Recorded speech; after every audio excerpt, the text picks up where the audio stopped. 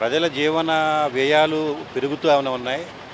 దానికి అనుగుణంగా ప్రభుత్వాలు ఇచ్చేటువంటి వెల్ఫేర్ మెకానిజం మేము కాదనట్లా. కానీ ఇది నిత్యావసరం అయింది ఇప్పుడు ఈ రోజున పెట్రోలు, డీజిల్ అనేటువంటిది. జీవన ప్రమాణాల్లో ఇదొక భాగం అయిపోయింది.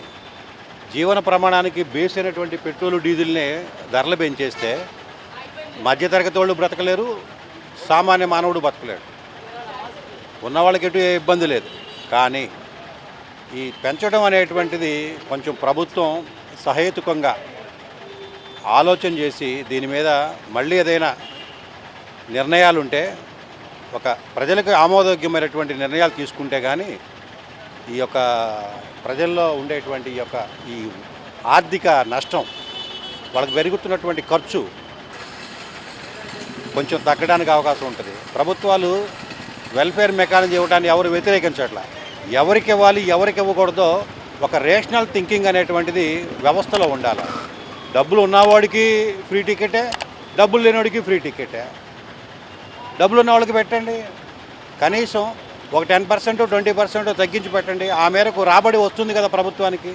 వచ్చే రాబడిని ప్రభుత్వం వదిలేసుకొని మిగిలినటువంటి ఆ భారం మొత్తం కూడా మిగిలిన జనాల మీద పడేస్తూ ఉంటే మరి అది ఏ విధమైనటువంటి ఎకనామిక్ రిఫార్మ్స్ దారితీస్తాయి అనేటువంటిది మరి ఈ విధంగా మీడియా ద్వారా తెలియజేస్తూ ఉన్నాను. Thank you. నా పేరు సంజీవరావు. పెట్రోల్ ఎంత పెరిగినా మేము 100 కొట్టిస్తాం. ఎంతైనా పెరిగిన 100 మేము కొట్టించేది.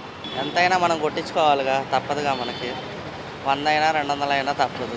ఎంత పెంచితే అంత కొట్టించుకొని వెళ్ళడమే. ఆ ఎలక్ట్రికల్ వెహికల్స్ ఏమో మనం వాళ్ళేమో చిన్నప్పటి నుండి ఈ బళ్ళే అలవాటు అయ్యాయి. ఏం చేస్తాం మనం మాత్రం. ఏదైనా గవర్నమెంట్ ఏదైనా తగ్గిస్తే బాగుంటుంది.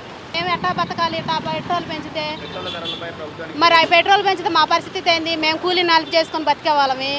మరి ఇట్లా పెట్రోల్ పెంచితే మేమేం కావాలి? మాకు 300 కూలీ పేదవాళ్ళమి. మరి ఎట్లా పెరిగితే ఎట్టా? మళ్ళీ ఆటోలు పెంచుతారు, అన్ని ఛార్జీలు పెరుగుతాయి.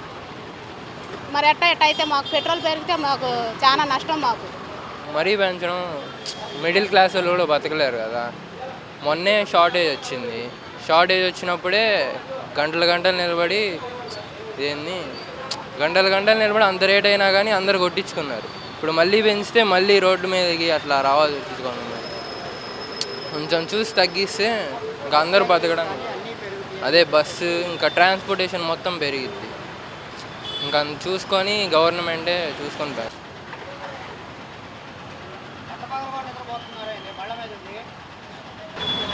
పెట్రోల్ ధరలు పెరుగుతున్నాయంటే అవసరాలు తప్పవు. ఇటు కూడా అవసరాలు తీర్చుకోవాలంటే పెట్రోల్ అయినా డీజిల్ అయినా ఏదైనా సరే పోయించుకోక తప్పదు. పైన సెంట్రల్ గవర్నమెంట్ వల్ల పెంచినా చేయగలిగేది ఏం లేదు. కాబట్టి అది ప్రజల నిత్యావసరాలను గమనించుకొని తగ్గించుకుంటే బెస్ట్. ఎవరికైనా ఇన్ ఫ్యూచర్లో జాగ్రత్తగా ఎవరైనా వాడుకుంటే ఈ రేటు ఇలాగే స్థిరంగా ఉండడానికి అవకాశాలు ఉంటాయి. ఎవరి అవసరాలు ఆపుకోకుండా తీర్చుకుంటూ ఉంటే ఇంకా రేట్లు పెరుగుతాయి, అందరూ అవిస్తపడ్డాల్సి. ఏముంది, చేసేది ఏమి లేదు. అది పెరుగుతూనే ఉంటుంది, ఇంకా తగ్గదు. ఏది ఉంది, మా పని మేము చేయాలిగా. పెరగని పోపించుకుంటామే, పెరగపోతే కూడా పోపించుకుంటామే. మామూలుగా ఇప్పుడు ఉండే తగ్గిస్తేనే బాగుంటుందండి. ఎంతో కొంత ఒక పైసా పెరిగినా కట్టుకునే పరిస్థితి లేదు, ఏది మామూలు జనం కానీ ఏదైనా. అందుకని తగ్గటమే, తగ్గించాలి అని కోరిక. ఉంటే ఎట్టగా అసలు వాళ్ళు ఇష్టం వచ్చినట్టు పెంచేసుకుంటున్నారు. అయితే జనాలు ఏం బతుకుతారా? చెప్పేది ఏముంది అంతా అంటే మళ్ళీ తప్పదు కాబట్టి మళ్ళీ కొట్టించాల్సి ఉంటుంది. ఎందుకంటే రోజు ఇంకా తిరగాల్సింది దీని మీదే కాబట్టి ఇంకా మనకి వేరే ఇవి ఓన్ వెహికల్స్ ఉంటే తప్పకుండా మనం ఇంకో 2 రూపాయలు పెరిగినా 5 రూపాయలు పెరిగినా మనం భరించాల్సిందే, తప్పదు. ఉన్న ప్రస్తుత పరిస్థితులను బట్టి మనకి తప్పేది ఏం లేదు. ఇంకా రేట్లు ప్రభుత్వానికా ఏం చేద్దాం? మనం చెప్పేదంటే ఏం లేదన్నా. పరిపాలన ఏంటంటే రేట్లు పెరిగిపోతే మేము ఇబ్బంది పడిపోతున్నాం. ఆటో వాళ్ళమే, మాకు సరిగ్గా బాడుగులు లేవు. ఆయిల్ రేట్లు పెంచేస్తే మా సర్వీసులు ఏమి రావట్లేదు. అదొకటి. ఫ్రీ బస్సుల వల్ల మేము చాలా ఇబ్బంది పడిపోతున్నాం. వాస్తవం ఇది. మేము వాస్తవానికి పూటకు పూట తోలుకొని బ్రతికే వాళ్ళం ఆటో వాళ్ళమే. ఆటో వాళ్ళ పరిస్థితి ఎలా ఉందంటే చాలా అద్దుమానంగా ఉంటుంది. అది పరిస్థితి. ప్రభుత్వం కలగజేసుకొని కాస్త ఈ బస్సుల విషయాల్లో మాత్రం ఆయన కొద్దిగా చర్య తీసుకోవాల్సిన విషయం ఇది. ఎందుకంటే మాకేందంటే సర్వీస్ అంటే ఈ నుంచి గోరంట్లు వెళ్ళామంటే 20 రూపాయలు ఇస్తారు. మాకు ఆయిల్ ఎంత కాలుతుంది, ఒక్కోసారి ఇద్దరు ఎక్కుతారు, ఒక్కోసారి ఒకరి కోసం వెళ్ళాల్సి వస్తుంది. దానివల్ల ఆటో వాళ్ళు చాలామంది ఇబ్బంది పడుతున్నారు. ఫ్రీ బస్సుల విషయంలో మాత్రం చంద్రబాబు నాయుడు గారు కొద్దిగా చర్య తీసుకోవాలి, తగ్గించాలి. 100 రూపాయలు పడుతుంది. 100 రూపాయలు అంటే మాకు 30 కిలోమీటర్ల కంటే 28 కిలోమీటర్లు వస్తుంది ఆటో ఆయిల్. దానివల్ల మాకు ప్రయోజనం ఏం రావట్లా.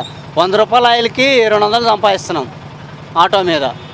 మేము మా కుటుంబాలు ఏం బతకాలి, అద్దెలు ఏం కట్టుకోవాలి, చాలా ఇబ్బందికరంగా ఉంటున్నాయి. అది పరిస్థితి. చంద్రబాబు నాయుడు గారు కలగ చేసుకొని కొద్దిగా రేట్లు తగ్గిస్తే ఫ్రీ బస్సుల విషయాల్లో కూడా ఆయన చర్య తీసుకుంటే ఆటో వాళ్ళు కూడా చక్కగా కుటుంబాలతో బ్రతుకుతారు. లేకపోతే మేము సంపాదించే సంపాదన అద్దెలకి, ఆయిల్కి, ఫైనాన్స్లో ఆటోలు తెచ్చుకుంటే ఫైనాన్స్ వాళ్ళకి బండ్లు అప్పచెప్పటమే. ఇది పరిస్థితి.